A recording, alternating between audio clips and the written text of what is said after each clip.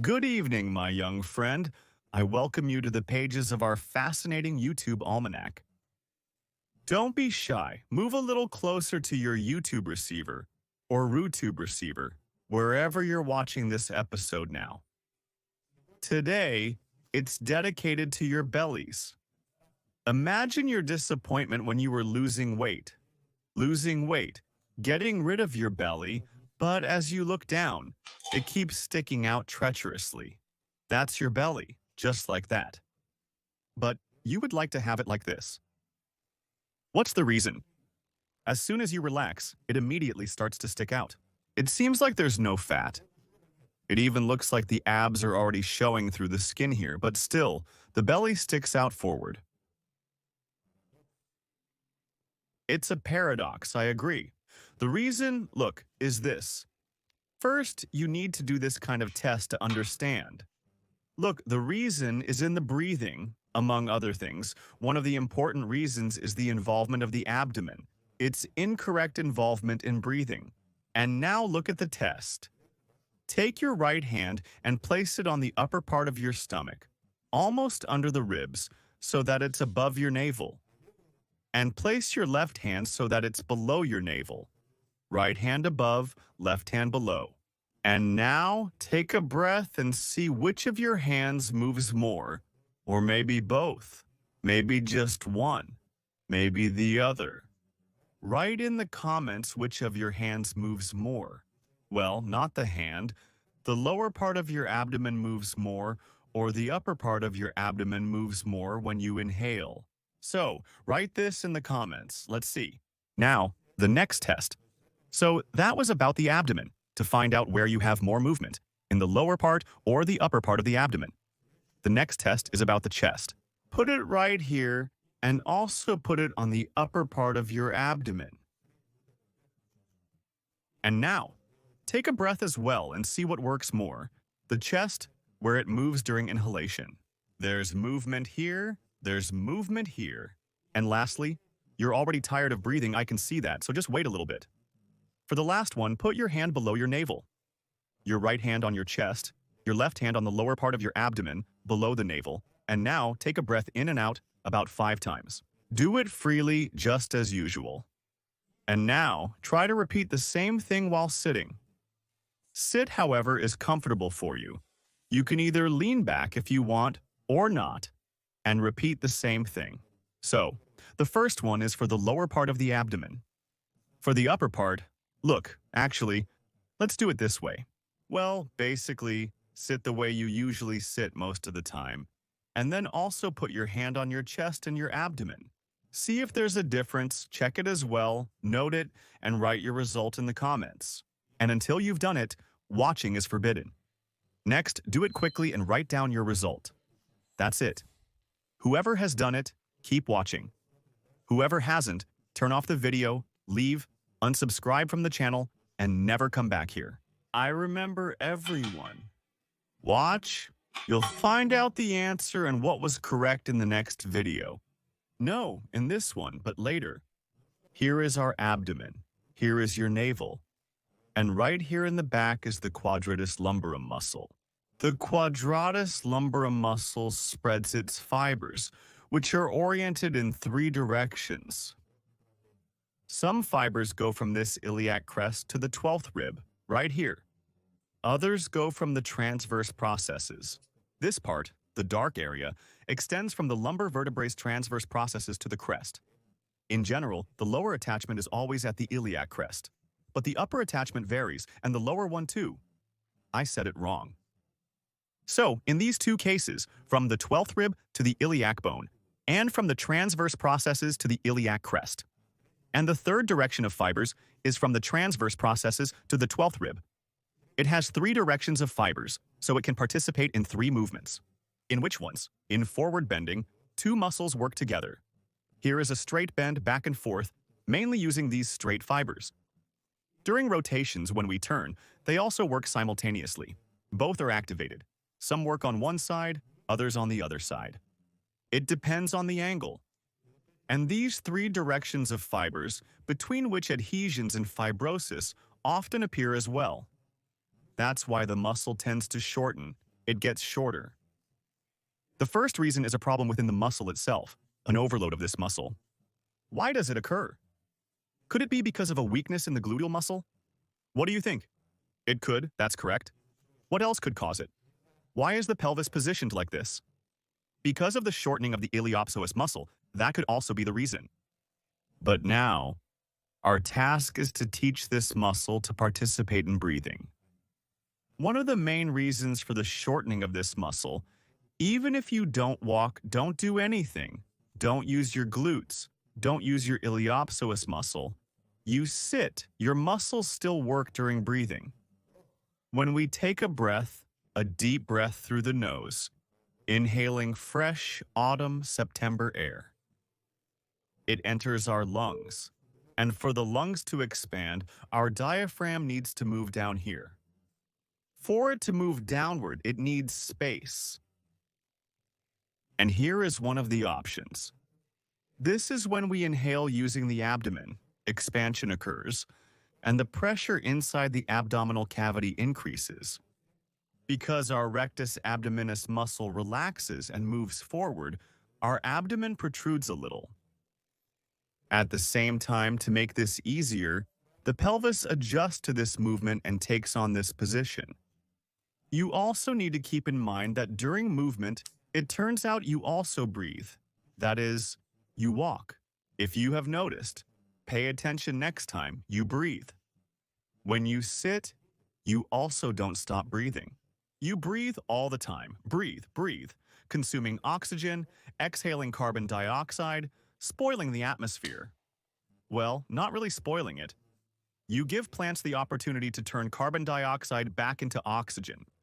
That's the kind of symbiosis you have between you.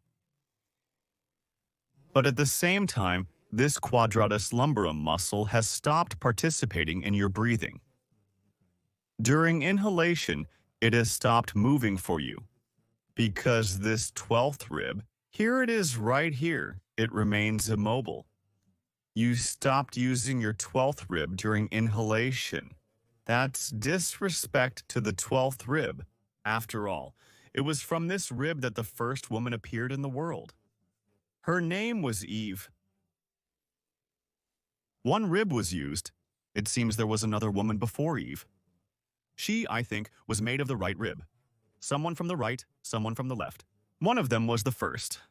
There was the first and the second. The first one vanished, so we remember Eve. So she was made from the 12th rib.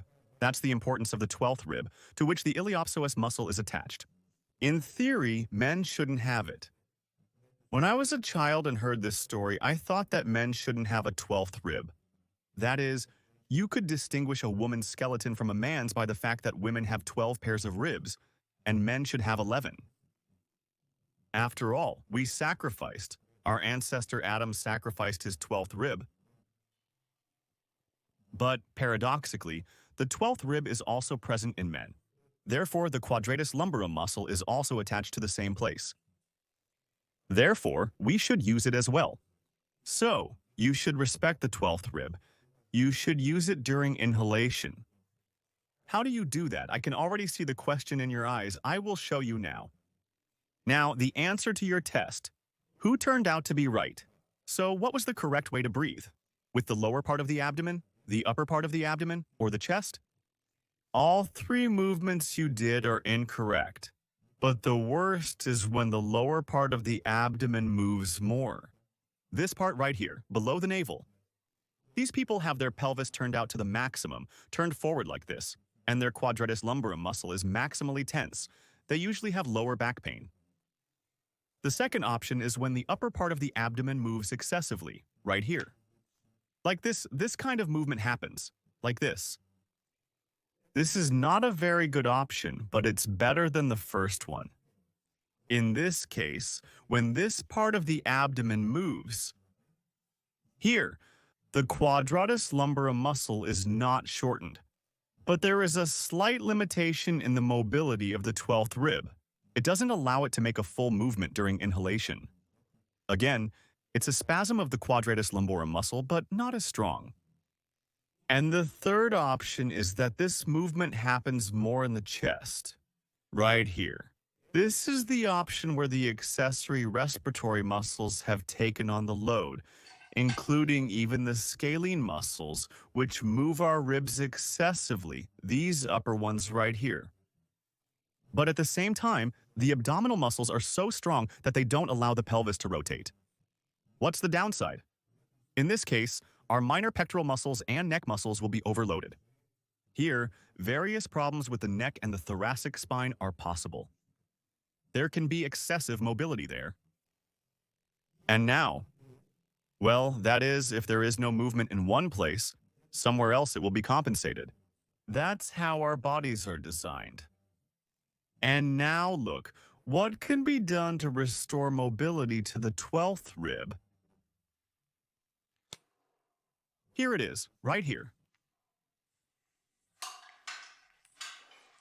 That is, we need it to move during inhalation.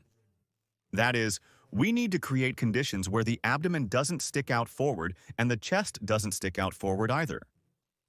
The first exercise that allows you to do this will appeal to most people because it is done lying down.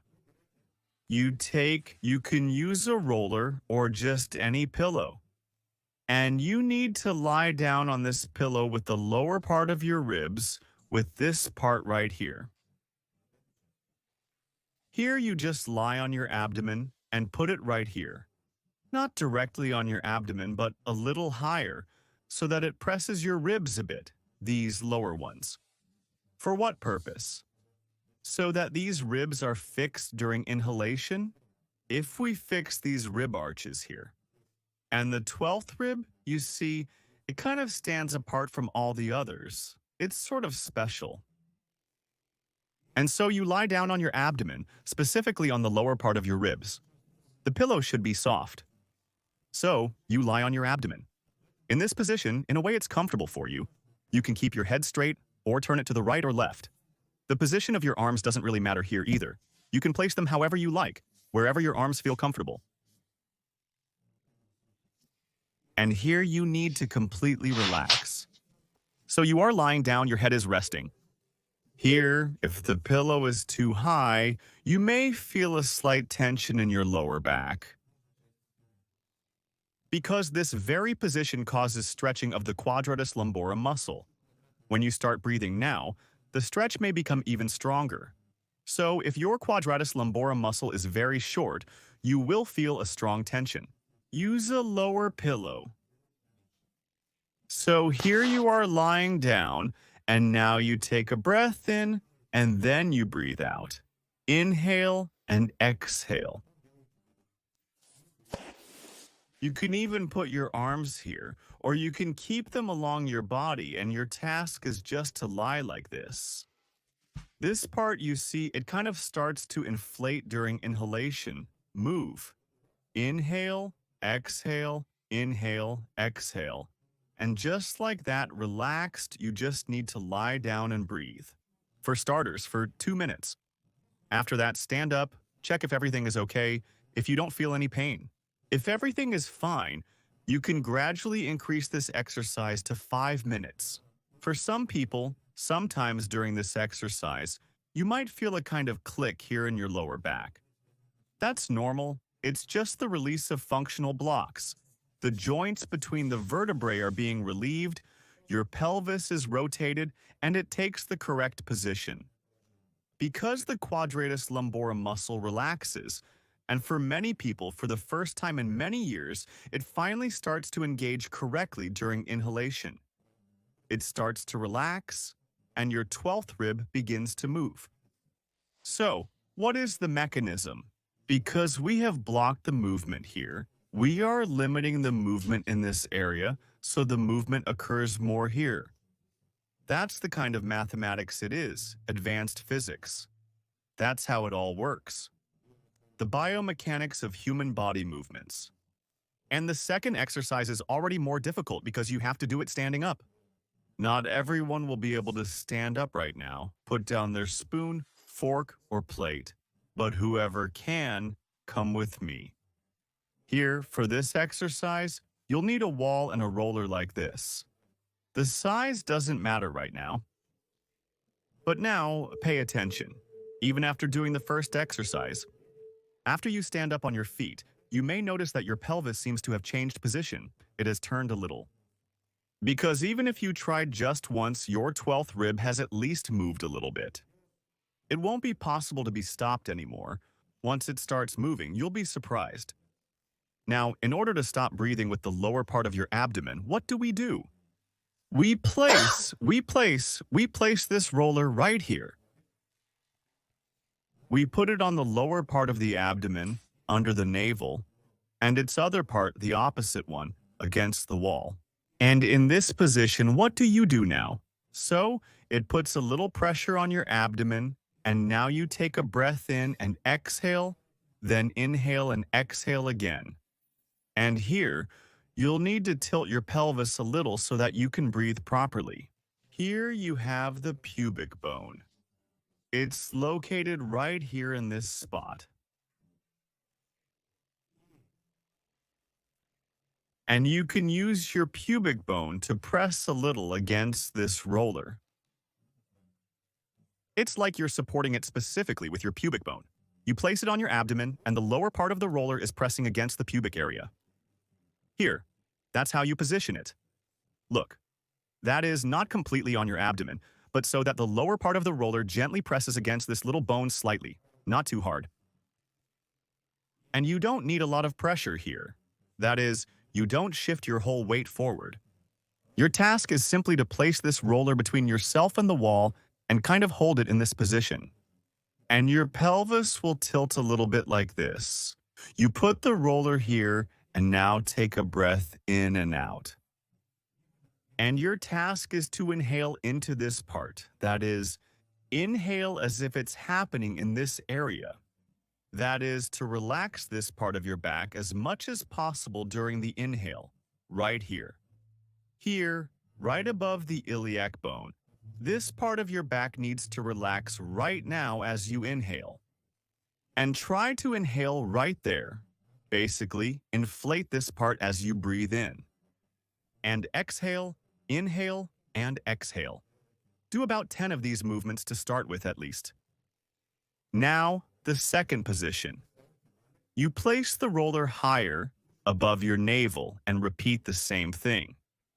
Inhale and exhale, inhale and exhale. Here, your task is to inhale with this part of your back, right in the area of the 12th rib.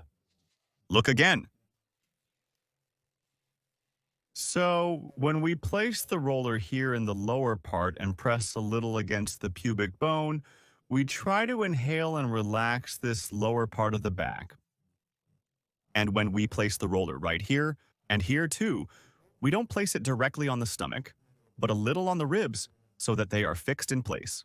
And we breathe with this upper part of the lower back so that specifically the 12th rib moves. This movement is similar to what we did with you while lying down, but it's more active and a bit more difficult because it happens while standing. We inhale, exhale, exhale. These two positions, now standing, will help you form a more or less correct position of your pelvis and proper movement of your rib cage. In general, there is such a dependency. Look, if your 12th rib doesn't move during inhalation, then you end up having excessive movement in your abdomen. Well, friends, do you remember yourselves like that? With those funny round bellies, and now look in the mirror. Your abdomen is pulled in, your posture is straightened, you're smiling, you're already cheerful, your mood has improved. And why is that? Because you did this exercise. Well, that's all.